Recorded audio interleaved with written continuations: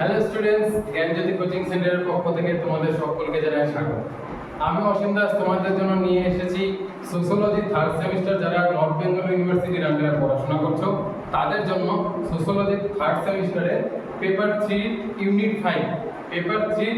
5 থেকে একটা কোশ্চেন নিয়ে আমি তোমাদের সাথে আলোচনা করব। ঠিক আছে, এর আগেও আমি তোমাদের ওই পেপার 3 ইউনিট 5 এর কিছু কোশ্চেন নিয়ে আলোচনা করেছি।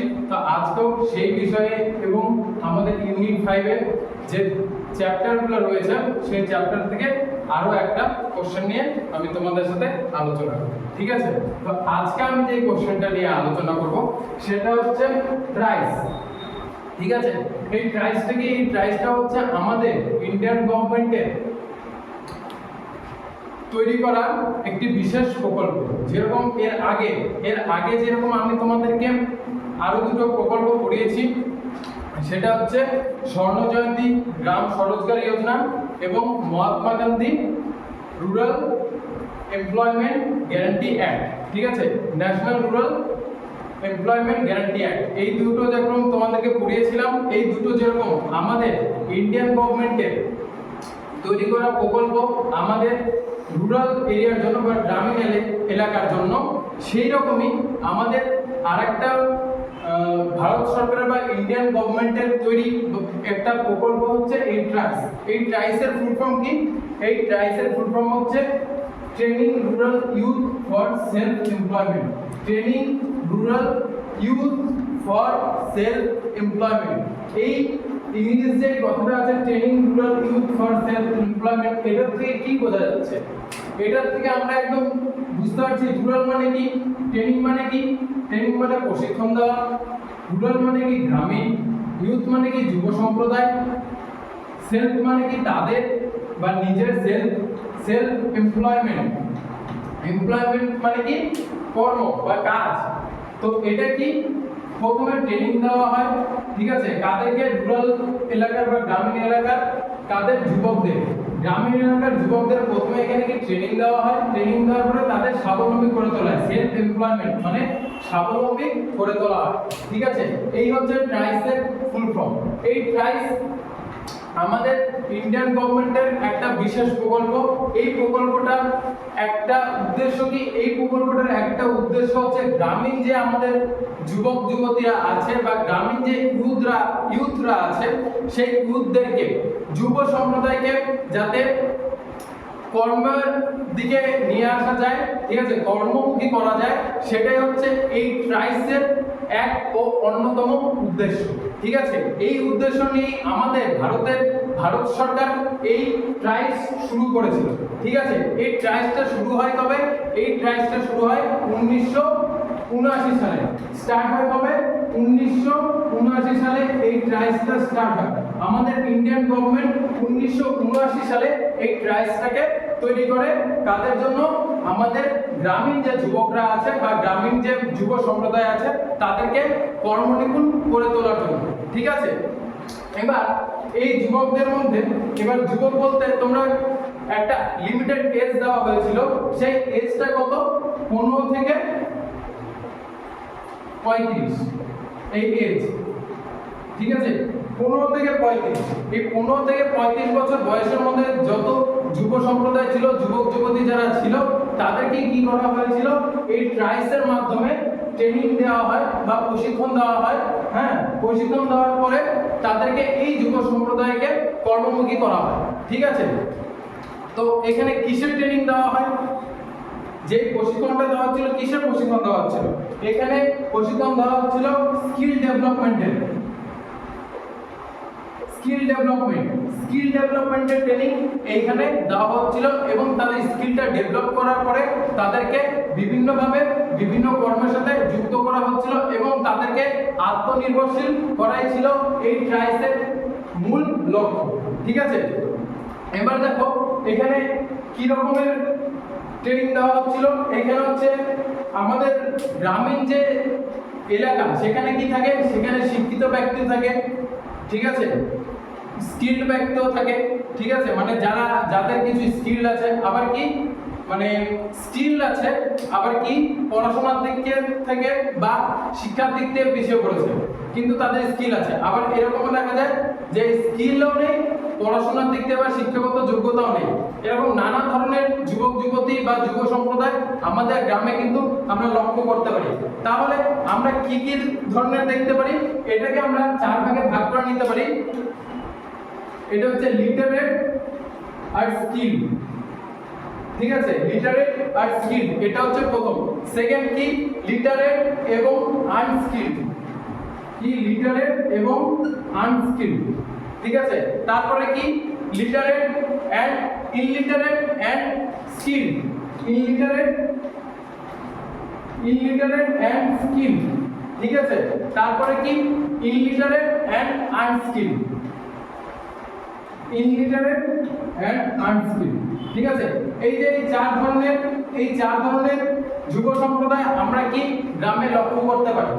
এখানে দেখো লিটারেট এবং স্কিল, লিটারেট এবং স্কিল বলতে কি বোঝায়, এর শিক্ষাগত যোগ্যতাও আছে এবং এই স্কিলও, মানে এ যখন হচ্ছে মানে পড়াশোনাটাও, মানে এর পরিবার থেকে এই যুব সম্প্রদায় কি করছে, পড়াশোনাটা করেছে, তার সাথে সাথে বিভিন্ন স্কিল ডেভেলপমেন্ট যে প্রজেক্টগুলো হয় বা স্কিল ডেভেলপমেন্ট যে শিক্ষাগুলো হয় বা প্রশিক্ষণগুলো হয় বা ট্রেনিংগুলো হয় সেগুলোও এ নিয়েছে।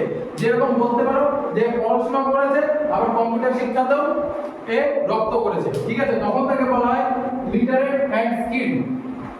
তারপর দেখা যায় লিটারেট এবং আনস্কিল, লিটারেট এবং আনস্কিল ব্যাপারটা কি, এই যুব সম্প্রদায় বা এই ছেলেটা বা এই মেয়েটা পড়াশোনাটা করেছে কিন্তু কি কম্পিউটার শিক্ষাটা নেয়নি, ঠিক আছে, তখন এই কি হচ্ছে লিটারেট এবং আনস্কিল, এর মধ্যে অন্য কোনো স্কিল নেই, শুধুমাত্র শিক্ষাগত যোগ্যতা ছাড়া, ঠিক আছে। এরপরে দেখো illiterate and skill, illiterate and skill বলতে কি বুঝবে, এটা দেখো এটাকে অন্যভাবে বোঝায় পড়াশোনা করেনি কিন্তু কর্ম নিপুণ বা কর্মদক্ষতা তার মধ্যে খুব বেশি। যেমন তুমি বলতে পারো আমাদের গ্রামের মানে সবথেকে ভালো উদাহরণ বলতে পারো কৃষক শ্রেণীর যারা, তারা কিন্তু দেখবে বেশিরভাগ ক্ষেত্রে আমরা দেখে থাকি তারা কিন্তু পড়াশোনার দিক থেকে অতটা নিপুণ না, অতটা দক্ষতা তার পড়াশোনার দিক থেকে নেই, কিন্তু তার কি আছে, স্কিল আছে। স্কিল কি, সে বিভিন্ন রকমের ফসল ফলাতে পারে। আমাদের দেশ, আমাদের ভারত কি কৃষি নির্ভরশীল দেশ এবং আমাদের কৃষি যত উন্নত হবে তত আমাদের ভারত এগিয়ে যাবে, তাই না। যেহেতু আমাদের ভারত বা আমাদের ইন্ডিয়া একটি কৃষি প্রযুক্তির উপর ভিত্তি করে আমাদের অর্থনীতি কি হয়, গড়ে ওঠে, ঠিক আছে। তো এই ক্ষেত্রে কি হয়, আমি বোঝানোর জন্য বলছি, এই লোকটা যে ইলিটারেট হয় তাও স্কিল, কেন, এ জানে যে 10 ধরনের ফসল কি করে ফলাতে হয়, ঠিক আছে, একটা বছরে 10 রকমের ফসল কি করে ফলাতে হয় এই লোকটা কিন্তু জানে। আর কি, ইলিটারেট এবং আনস্কিল, মানে এ একদমই বেকার, একদমই বেকার। এইবার আমাদের এই ট্রাইস যে ছিল, এই ট্রাইসের মূল লক্ষ্য কি ছিল, এই যে লিটারেট যে যুব সম্প্রদায়টা, এই যে আনস্কিল, একে ট্রেনিং এর মাধ্যমে, এই যে ট্রেনিং এর মাধ্যমে একে স্কিল প্রদান করে এই জায়গাটা পৌঁছে নিয়ে যাওয়া, ঠিক আছে, একেও লিটারেট এন্ড স্কিলে নিয়ে আসাই হচ্ছে এর মূল লক্ষ্য। যখনই এই লিটারেট ছেলেটা বা মেয়েটা যখনই ওর স্কিলটা পেয়ে যাবে তখনই কি হবে, যখনই ও হচ্ছে একটা কম্পিউটার শিক্ষা পেয়ে গেল তখনই সে একটা কাজের সাথে যুক্ত হতে পারবে এবং সেলফ এমপ্লয়মেন্ট তার মধ্যে আসবে, মানে নিজে রোজগার করতে পারবে এবং নিজের উন্নতির দিকে পৌঁছে যাবে। তো এইটাই হচ্ছে এই আমাদের training rural youth for self এমপ্লয়মেন্টের মূল উদ্দেশ্য বা ট্রাইসের মূল উদ্দেশ্য। এবার এখানে দেখো কি আছে, illiterate and skill, illiterate and skill. এবার এখানে কি হচ্ছে, এখানে হচ্ছে ইলিটারেট যে আছে তাকে লিটারেট করছে, ইলিটারেট যে আছে তাকে ট্রেনিং এর মাধ্যমে লিটারেট করছে বা পড়াশোনা তাকে করানো হচ্ছে। তোমরা দেখবে আমরা অনেক সময় শুনতে পাই নাইট স্কুল চলে, দেখবে টিভিতেও অনেক সময় অ্যাড দেখায় যে বয়স্ক যারা তারা নাকি স্কুলে যাচ্ছে, তারাও নাকি পড়াশোনা করছে। এটা কি, এটাই হচ্ছে এই জিনিসটা, ঠিক আছে। তোমরা দেখবে টিভিতে অনেক সময় অ্যাড দেয়, বিভিন্ন জায়গায় দেখতে হবে বিভিন্নভাবে অ্যাড দিচ্ছে যে বয়স্করাও নাকি পড়াশোনা করছে। আমাদের মা বাবার বয়সের জেনারেশন, যে আমাদের আগের জেনারেশন, তারা নাকি পড়াশোনা করছে। তাদেরকে পড়াশোনাটা কেন করানো হচ্ছে, তার এই একমাত্র কারণ হচ্ছে তাদেরকে সেলফ এমপ্লয়মেন্ট করানোর জন্য। তারা যাতে আরো আরো ভালো দিকে যেতে পারে, সেটাই হচ্ছে এর মূল উদ্দেশ্য। কেমন? যেমন হচ্ছে এই যে এই মানুষটা, এই ব্যক্তিটা আনলিটারেট কিন্তু এর স্কিল আছে। স্কিল কি? এই কি করতে পারে? ভালো ফসল তৈরি করতে পারে। ঠিক আছে, এর কাছে স্কিল আছে একটা মৌসুমে বা গোটা একটা বছরে 10 ধরনের ফসল তৈরি করা। এবার কি হয়, এটাও মানে পারিবারিক ভাবে পেয়ে থাকে। ঠিক আছে, মানে কৃষকের ছেলে কৃষক, সেই হিসাবে বাবার দেখা দেখি এটা পেয়েছে।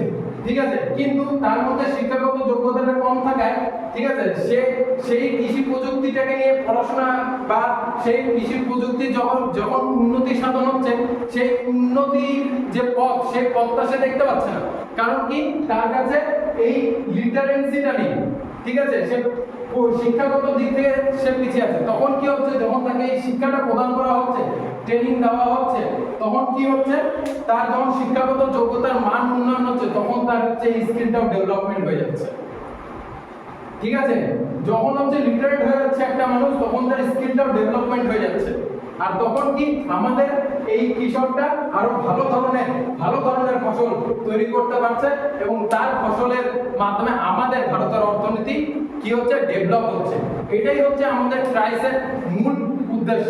ঠিক আছে, আর এখানে দেখো ইলিটারেট এন্ড আনস্কিল, এদেরকে কি করা হচ্ছে, এদেরকে পড়াশোনা করানো হচ্ছে, এদেরকে প্রশিক্ষণ দেওয়া হচ্ছে, তার মাধ্যমে এদেরকে লিটারেট এন্ড স্কিল করা হচ্ছে।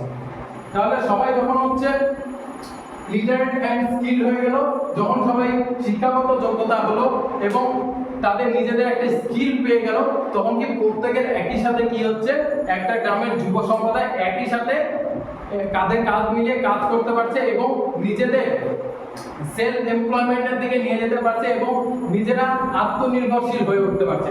এটাই ছিল আমাদের এই যে ট্রাইস, এই ট্রাইসের মূল উদ্দেশ্য। ঠিক আছে, এই ট্রাইসের মূল উদ্দেশ্য এটাই ছিল। এটা কোথা থেকে করা হয়? এটা আমাদের ভারত সরকার থেকে করা হয় এবং এটা ব্লক অফিস থেকে মেইনটেইন করা হয়। ব্লক অফিস থেকে মেইনটেইন করা হয়। প্রথম দিকে যখন এটা হচ্ছে শুরু হয়েছিল, তখন হচ্ছে 2300টা ব্লকে এটা শুরু হয়েছিল এবং পরবর্তী দিকে 5000 ব্লকে এই কাজটা শুরু হয়ে যায় এবং এতগুলো ব্লক নিয়ে এই কাজটা শুরু হয় এবং আমাদের গ্রামগুলোর যে যুব সম্প্রদায় আছে তাদেরকে প্রশিক্ষণের মাধ্যমে এবং শিক্ষিত করার মাধ্যমে আমাদের কি ভারতের উন্নয়ন সাধন করার চেষ্টা চলছে। এটা প্রথমে কি ছিল? এটা প্রথমে আইআরডিপির আন্ডারে ছিল। আইআরডিপির আন্ডারে ছিল। ঠিক আছে, পরে এটাকে কি করা হয়, এটাকে আমাদের ভারত সরকার আলাদা একটা প্রজেক্ট ঘোষণা করে দেয় এবং এতে আলাদা করে ফান্ডিং দেওয়া হয়। ফান্ডিং মানে অর্থ বরাদ্দ করা হয়। প্রথমে এটা আইআরডিপির আন্ডারে ছিল, আইআরডিপির পরে এটা কি হয়, আলাদা করে এতে ফান্ড ব্যবহার করা হয়। ঠিক আছে, এই আইআরডিপিটা আমি তোমাদের নেক্সট ক্লাসে বোঝাবো, কিন্তু তার আগে আমি হচ্ছে এটা বুঝে নিচ্ছি। এই যে আইআরডিপিটা, এটা হচ্ছে তোমাদের নেক্সট ক্লাসে আমি বোঝাবো। ঠিক আছে, তো কি হচ্ছে, এই আইআরডিপি থেকে এটা কি হয়, আলাদা হয়ে যায় এবং নিজেই একটা আলাদা একটা প্রকল্প হিসাবে আমাদের ভারতে উন্মোচন ঘটে এবং ট্রেনিং এর মাধ্যমে আমাদের গ্রামীণ যে যুব সম্প্রদায় আছে তাদেরকে কি সেলফ এমপ্লয়মেন্ট তৈরি করে দেওয়া এবং নিজেদের মানে চাকরিজীবী করার বা নিজেদের উন্নয়ন সাধনের একটা কর্মযোগ্য এখানে গিয়ে শুরু হয়ে যায়। এই ছিল তোমাদের ট্রাইস, অর্থাৎ training rural youth for self employment.